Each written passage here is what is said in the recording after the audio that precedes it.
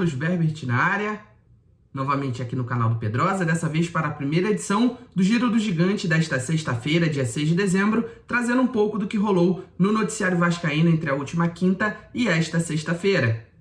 Como já é de costume, eu vou pedir para a galera que está chegando nesse vídeo já ir deixando o like, porque nos ajuda com o YouTube de diversas formas. É importante também que vocês se inscrevam no canal, ativem o sininho para receber as notificações diárias. E uma outra maneira de contribuir com o nosso trabalho é compartilhando os nossos vídeos com seus amigos vascaínos e em seus grupos, que o motivo principal da resenha seja o Gigante da Colina nas mais variadas redes sociais. Uma situação inusitada ocorreu na noite da última quinta-feira, pois os muros de São Januário apareceram pichados com as frases "Bem-vindo Marinax", "Vende pro grego". Assim, através da conta oficial do associativo no Instagram, o Cruz Maltino divulgou uma nota para desmentir que haja prioridade de venda para algum investidor. Além disso, ressaltou que nenhum dos interessados apresentou ainda uma proposta formal para aquisição da SAF. Abre aspas. O Vasco da Gama vem a público para esclarecer que o processo de busca por investidores para Vasco SAF segue em andamento, com todas as tratativas ainda em estágios iniciais de diligências. Até o momento, nenhum dos interessados apresentou proposta formal para aquisição da SAF. Reiteramos que toda e qualquer negociação será conduzida com seriedade e responsabilidade, com avaliações criteriosas por parte da diretoria e envolvendo todos os conselhos, visando garantir que os interesses do Vasco sejam sempre priorizados e que erros cometidos no passado não se repitam. O Vasco reafirma seu compromisso com a transparência e manterá sua torcida informada assim que houver avanços concretos e relevantes no processo. Ressaltamos, por fim, que não procedem quaisquer informações sobre eventuais preferências da diretoria em relação aos possíveis investidores e que toda especulação sobre desfechos das negociações neste momento é prematura e não reflete a atual realidade do processo. Diretoria Administrativa do CRVG.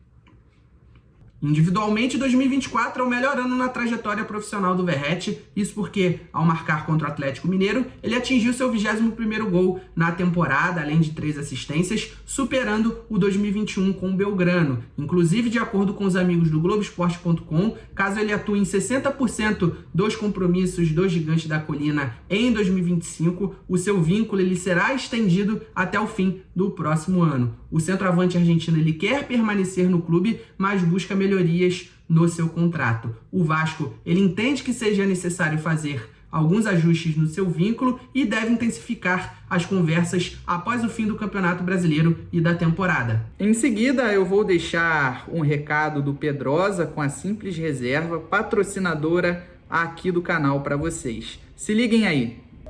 A Simples Reserva é a nova parceira do canal do Pedrosa e ela tem um conceito que o nome já traduz. Simples. É roupa de qualidade sem preço astronômico. Para mim, a ideia de estar bem vestido também é saber ser simples, onde quer que você esteja. Seja no trabalho, no lazer, com frio ou calor, é o que faz parte do seu dia a dia. E apontando a câmera do seu celular para esse QR Code aqui na tela ou clicando no link da descrição, você pode usar o cupom PEDROSA10 e ganhar 10% de desconto na Simples Reserva. Seja para homens, mulheres ou crianças. Ficou fácil estar bem vestido e num preço bom também. Quer saber mais? Clica lá, vem comigo, tamo junto. Com o cupom PEDROSA10 vocês têm 10% de desconto em compras na Simples Reserva, patrocinadora aqui do canal. Para aproveitar essa oportunidade, é só procurar o link da Simples Reserva na descrição desse vídeo, aqui embaixo, tá bom? Ou então apontar a câmera do seu celular para o QR Code desse vídeo que está aqui no canto esquerdo da sua tela. Galera, eu sou o mais novo parceiro da GoCase, tá?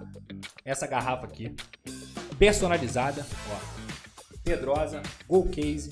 A menorzinha, essa aqui é mais prática, pra galera que leva pro trabalho. Esse copo da GoCase, que você pode inclusive também personalizar. Pode colocar o seu nome também, tá? Olha como a GoCase é absurda, ó. Tem mochila do Vasco da Gama, carregador portátil Vasco da Gama da GoCase, capinhas, toma, Pedrosa 10. O link tá aqui na descrição, no site da GoCase.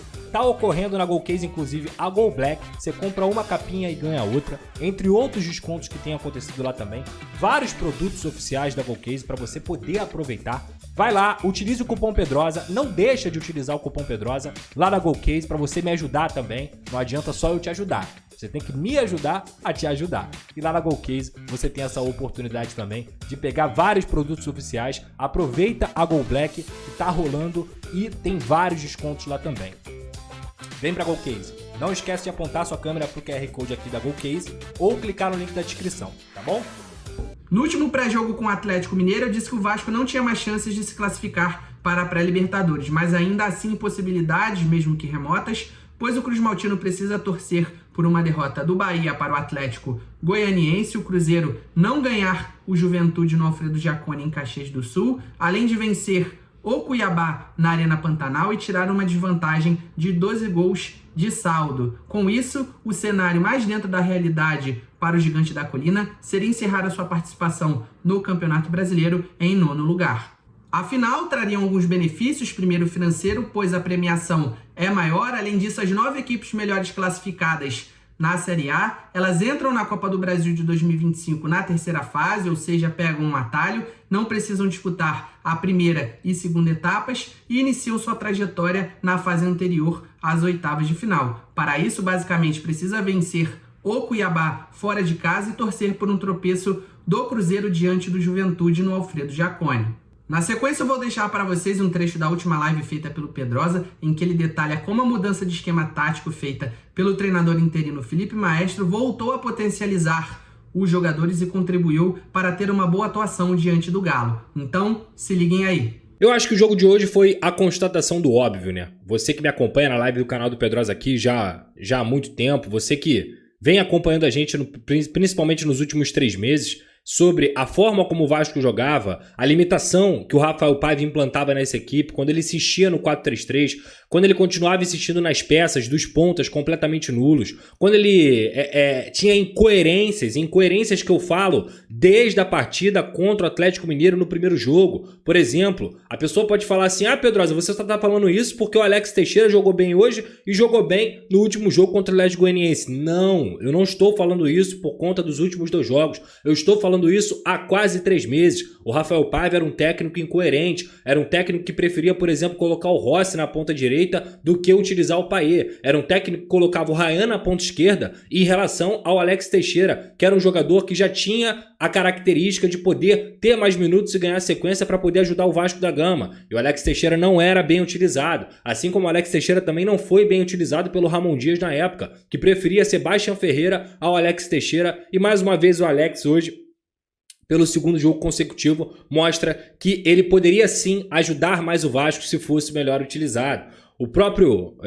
e a grande mudança, né, na verdade, sem dúvida alguma, foi a formação. O Vasco jogava num 4-3-3, teimoso, sistemático e que já não tinha mais nenhum tipo de rendimento, digamos assim. A culpa, como eu falei aqui, sempre caía para os principais jogadores, como já a torcida do Vasco começou a culpar o Verratti, porque a culpa é do Verratti, o Verratti não tá jogando nada, o Verratti não tá conseguindo nada. É claro, ele não tem fornecimento de bolas, ele não tem pessoas para poder se aproximar dele, não tinha jogadores de ponta que faziam jogadas de cruzamento, muito menos jogadores que pudessem construir por dentro para ele poder ficar em boas condições. Nada disso acontecia, mas vocês realmente achavam que a culpa era do Verratti. Vocês não são todos, né? A galera que já estava apelando para isso. Vocês realmente achavam que um jogador que fez mais de 50 jogos na temporada, que hoje chegou a 24 participações em gols, que ele tinha que realmente resolver os problemas do Vasco, sendo que a característica dele não é correr com bola, não é ser técnico, o negócio dele é finalizar. Ele é um finalizador, ele não é um atacante construtor. Por exemplo, como a gente tem no Brasil hoje, talvez o maior exemplo seja o Yuri Alberto, que é um jogador que tem vivido uma grande fase lá no Corinthians. Então, gente, olha só, o que o Felipe fez hoje? Nada além do que todo mundo pedia, mas com as pitadas do Felipe, obviamente com as pitadas que ele enxergou como algo necessário. Felipe hoje escolheu o 4-4-2, mas que tinham muitas variações, inclusive o 4-3-2-1, que era a principal variação. E como que eu posso explicar isso? Hoje ele optou pela formação com Léo Jardim, na direita Paulo Henrique, João Vitor, Léo, Lucas Piton, Jair, Hugo e Matheus Carvalho. Jair como o volante central, Hugo como volante pelo lado direito e o Matheus Carvalho como volante pelo lado esquerdo.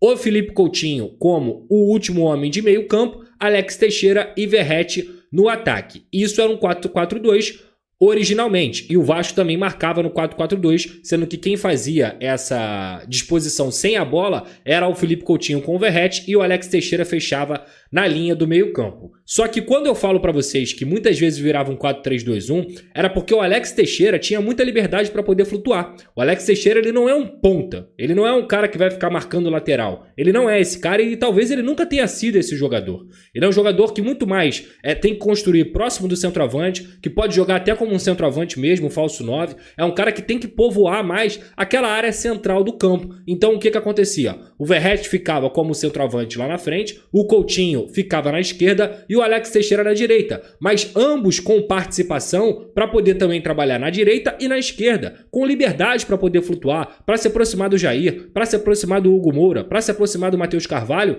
e isso também fazia o quê? Fazia com que os laterais do Vasco, que sempre foram bons, o Paulo Henrique e o Lucas Piton, tivessem campo, tivessem espaço para poder avançar.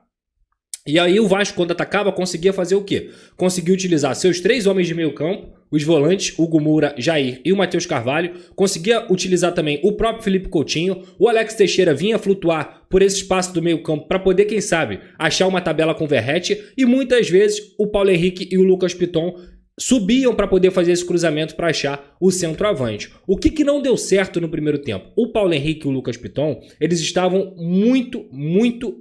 com muita dificuldade para poder caprichar na última bola. Estavam errando cruzamentos, não estavam conseguindo ter as melhores condições para poder cruzar também. O Paulo Henrique errou vários cruzamentos no primeiro tempo. O próprio Lucas Piton também se precipitou em algumas jogadas, apesar do Vasco já ter jogado melhor do que o Atlético Mineiro quando a gente fala do primeiro tempo. Quem se destacou no primeiro tempo? O Jair. Cara, eu me sinto muito tranquilo, me sinto muito também confortável para falar sobre o Jair, que é um jogador que uma ala da torcida do Vasco pegava muito no pé, o Jair é cansado, o Jair não corre. Isso é a maior besteira do mundo que você pode falar sobre o Jair. O Jair é um jogador técnico, ele é um jogador que precisa de gente inteligente ao seu lado para ele poder utilizar o jogo dele. Qual é o jogo dele, Pedrosa? Clarear sempre e escolher sempre a melhor jogada. O Jair, ele já tem essa característica naturalmente. Enfim, voltando à linha de raciocínio, o Jair é um facilitador também. Só que ele é um facilitador que atua muitas vezes como regente.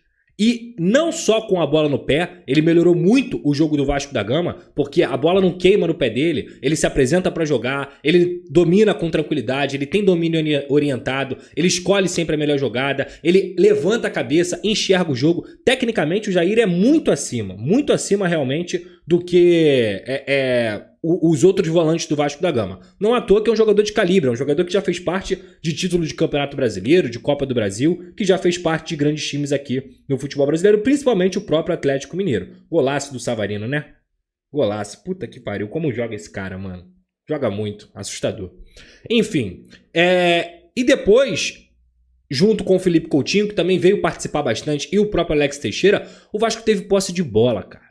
O Vasco teve construção. Pouco sofreu no primeiro tempo. Por quê? Porque utilizou-se uma formação diferente, uma formação que potencializa seus principais jogadores, que fazem o Coutinho participar mais, que fazem o Jair participar mais. Até o próprio Verratti no primeiro tempo conseguiu participar um pouco mais do jogo do que vinha participando. E que faz também o Vasco correr menos atrás da bola. O Atlético Mineiro jogou no contra-ataque contra o Vasco. E geralmente o Atlético Mineiro é um time de posse. Percebe? E o Vasco da Gama conseguiu dominar o Atlético Mineiro no primeiro tempo, mas não conseguiu ser efetivo. Não conseguiu converter a boa produção dentro do jogo em boas finalizações. Teve uma finalização do Felipe Coutinho, teve uma finalização do Alex Teixeira, teve outra bola que o Verratti quase chegou naquele momento ali. Só que, na hora de concluir, o Vasco não conseguiu ter tanto capricho, principalmente, repito, com o Paulo Henrique e com o Lucas Piton. Mas claramente no primeiro tempo, o Vasco tinha feito um bom jogo. Ponto. Viramos para o segundo tempo e aí as coisas começaram a acontecer. Principalmente porque o Vasco continuou mantendo o ritmo, continuou controlando o seu jogo, continuou tendo um Jair muito participativo e digo mais, no segundo tempo talvez o que tenha sido crucial para o Vasco da Gama, além do Felipe Coutinho que já tinha jogado bem, mas que brilhou, digamos assim, ele brilhou no segundo tempo, foi a participação do Hugo Moura e do Matheus Carvalho. Talvez pouca gente tenha se atentado a isso, mas o primeiro gol ele nasce de um desarme do Hugo Moura.